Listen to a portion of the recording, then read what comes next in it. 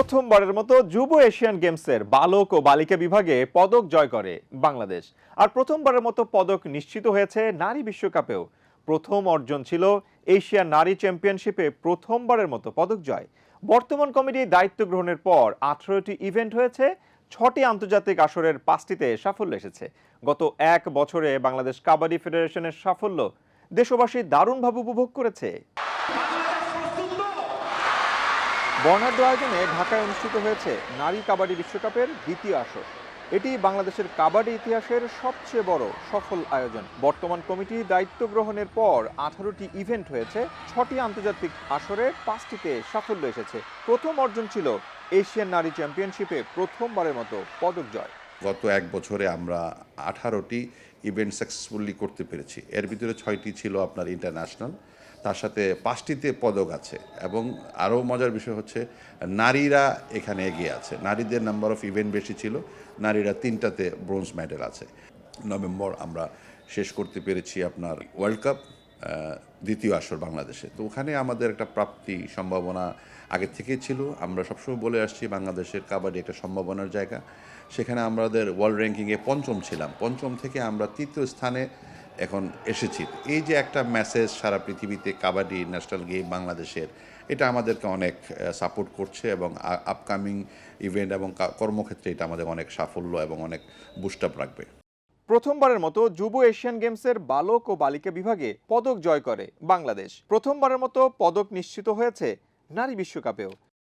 ঢাকায় অনুষ্ঠিত মহিলা কাবাডি বিশ্বকাপে বাংলাদেশ 3য় স্থান অর্জন করে এবং এই পারফরমেন্সের মাধ্যমে তাদের র্যাঙ্কিংয়ে উন্নতি সম্ভব হয়েছে। ইয়ুথ এশিয়ান গেমসে আমাদের জোড়া মেডেল এই প্রথমবারের মতো কাবাডি ইনক্লুড হয়েছে ইয়ুথ এশিয়ান গেমসে। সেখানে আমাদের কিন্তু ছেলে এবং মেয়ে উভয় সেক্টরে আমরা 3য়। এখন আসেন আমাদের নারী বিশ্বকাপ। আমাদের আজ থেকে 13 বছর আগে বিহারে এটা হয়েছিল, ওখানে আমাদের অবস্থান ছিল 5ম। এখানে আমরা এবার অ্যাচিভ করেছি 3য়। এই যে আমাদের জায়গাতে চেঞ্জেসগুলো আসছে, এটা আমাদের সামনে কাজের অনেক বুস্ট আপ হবে এবং পথটা ক্লিয়ার হবে। এবং এখন আমাদের সামনে চ্যালেঞ্জ আছে, ধরেন জুনিয়র ওয়ার্ল্ড কাপ আছে, এশিয়ান বিচ গেম আছে, এশিয়ান গেমস আছে, ছেলেদের ওয়ার্ল্ড কাপ আছে, যেটা পুরুষ মেন্স ওয়ার্ল্ড কাপ আছে। তো এই জিনিসগুলোতে যদি আমরা আমাদের এই অবস্থানগুলো তৈরি করতে পারি, 3rd পজিশনে যেতে পারি, এটা আমাদের জন্য একটা আর এটা অবশ্যই সম্ভব বাংলাদেশে যদি সরকার সবাই মিলে সাপোর্ট করে কাবাডিকে। এটা একটা ভালো জায়গায় যাবে। দেশের এমন পরিস্থিতিতে বিশ্বকাপ আয়োজন অনেক বড় চ্যালেঞ্জ ছিল। সকল জল্পনা কল্পনার অবসান ঘটিয়ে একটি সফল বিশ্বকাপ পরিসমাপ্তি সত্যি ফেডারেশনের সক্ষমতার জানান দেয়। যারা কাবাডি খেলেন 42টি দেশ, আইকেএফ এর আন্ডার 42টি দেশ কাবাডি খেলে। সেখানে বাংলাদেশের ক্যাপাসিটি সম্বন্ধে তার আইডিয়া ছিল। এটা ধরেন একটা ইন্ডিয়াতে হওয়ার কথা ছিল, ইন্ডিয়া থেকে এটা বাংলাদেশে স্থানান্তর হয়েছে। বিকজ আপনি দেখেন আমাদের জাতীয় খেলা, আমি যদি বাংলাদেশের প্রেক্ষাপটে এই গত 20 বছরের অ্যানালাইজ বের করে আমি দেখলাম, এটা হচ্ছে আমাদের 3য় একটা বিশ্বকাপ। আমি ক্রিকেটের পরে রোলার স্কেটিং একটা করেছিল, এই Bangladesh kabaddi women's world cup করেছে। সেখানে 11টি দল পার্টিসিপেট করেছে। তো সেখানে ধরেন ইন্ডিয়া, ইরান এর মতো দেশ এখানে আসছে, চাইনিজ তাইপে এবং ইউরোপিয়ান আফ্রিকানের জায়ান্ট টিমগুলো আসছে। সব কিছু মিলে ধরেন একটা চ্যালেঞ্জ তো ছিল। আর সবচেয়ে বড় চ্যালেঞ্জ ছিল টিম ভালো খেলছে। এই টিমের যে একটা প্রস্তুতি, আমরা গত জানুয়ারি মাস থেকে টিমটাকে একটা প্রস্তুতির মাধ্যমে রেখেছি। বিকজ আমরা এশিয়ান চ্যাম্পিয়নশিপ খেলতে গিয়েছিলাম, তারপর আমরা নারী টেস্ট খেলেছি শ্রীলঙ্কা, নেপালের সাথে।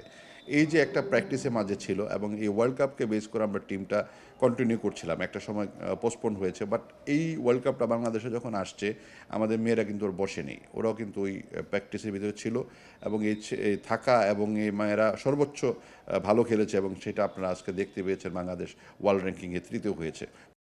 বাংলাদেশ কাবাডি ফেডারেশনের সাধারণ সম্পাদক SM নেওয়াজ সোহাগ দায়িত্ব নেয়ার পর বিজয় দিবস কাবাডি টুর্নামেন্ট দিয়ে শুরু করেছিলেন। গত এক বছরে বাংলাদেশ কাবাডিতে যে সফলতা এসেছে তা বাংলাদেশের যে কোনো ফেডারেশন থেকে অনেক এগিয়ে রয়েছে বাংলাদেশ কাবাডি ফেডারেশন।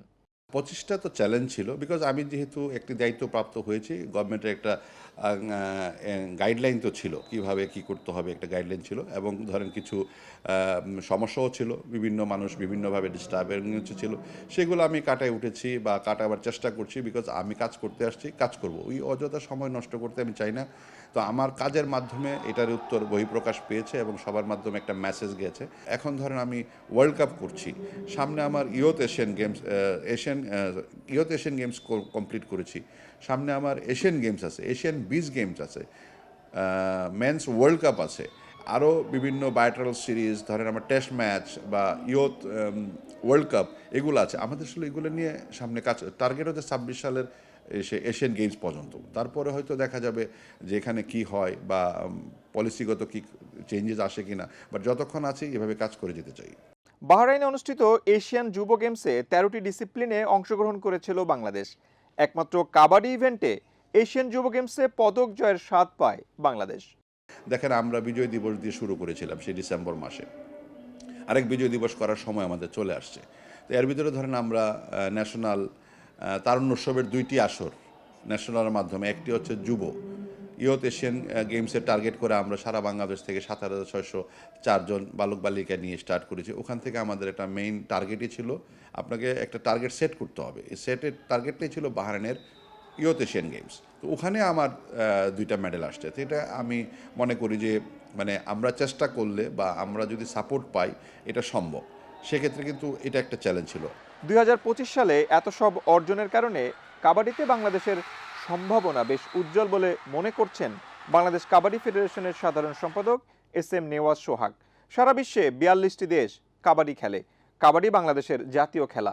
বাংলাদেশ জাতীয় কাবাডি দল আন্তর্জাতিক কাবাডি খেলায় বাংলাদেশের প্রতিনিধিত্বকারী দল। 2025-এর মতো 2026-এও বাংলাদেশ কাবাডি জাতীয় ও আন্তর্জাতিক অঙ্গনে দ্যুতি ছড়াবে এমন প্রত্যাশা সবার।